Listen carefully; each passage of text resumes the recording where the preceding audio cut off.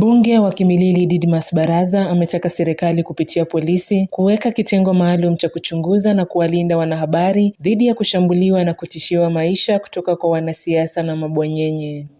To go carry out investigations and educate the general public.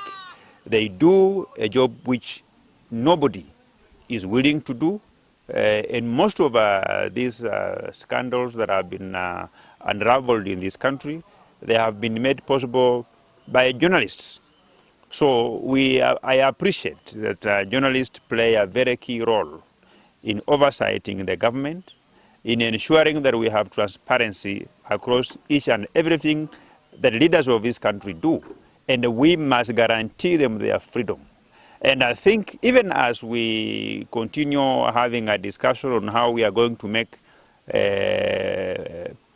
press freedom free indeed, we must also think of reviewing our penal code to ensure that those who threaten, those who attack journalists, those who want to muzzle the press freedom must face the full force of the law.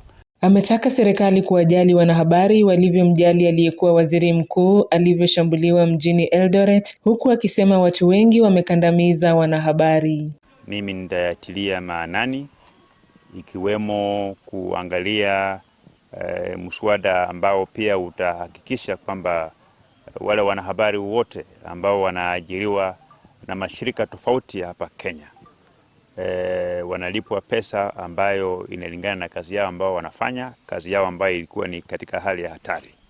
Na vile vile pia tumeshuhudia hivi majuzi visa vya wanahabari kutishiwa maisha yao, wengine kupigwa.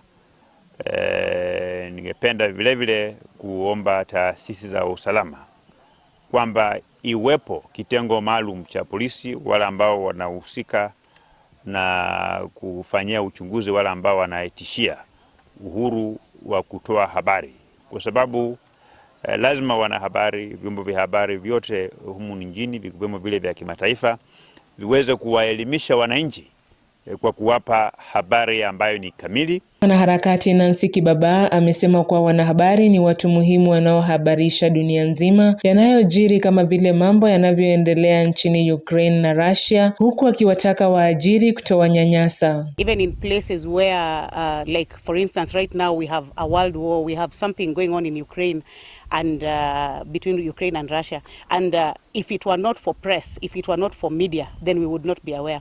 We have a lot going on in Uganda. If it was not for the press, then we would not be aware.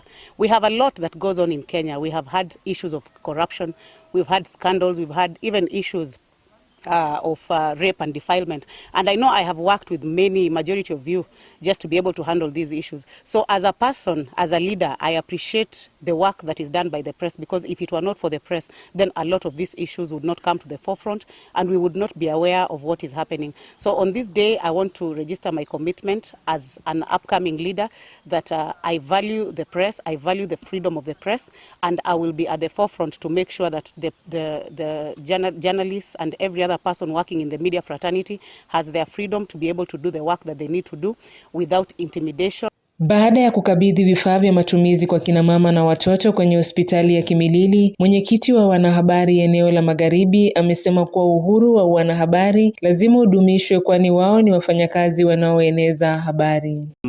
Watu ambao wanafanya kazi kwa mujibu wa sheria, na kwa hivyo watupatia nafasi. Na hasa pia wakati wa maandamano, wanahabari wengi wameumizwa na wamewawa. Tungependa kwamba wanapofanya maandamano target yao sio wanahabari, lakini ilenge tu ile agenda yao ambayo walikuwa wanakusudia kuifanya. Kumalizia mheshimiwa, ningependa kuomba kwamba utuangalie kama wanahabari hapa Bungoma, kwa sababu tunakuona wewe ndoto yako inang'aa. Ni kiongozi ambaye si ambaye anafikia tu hapa, nyota yako tunaiona ni nyota ambaye inang'aa.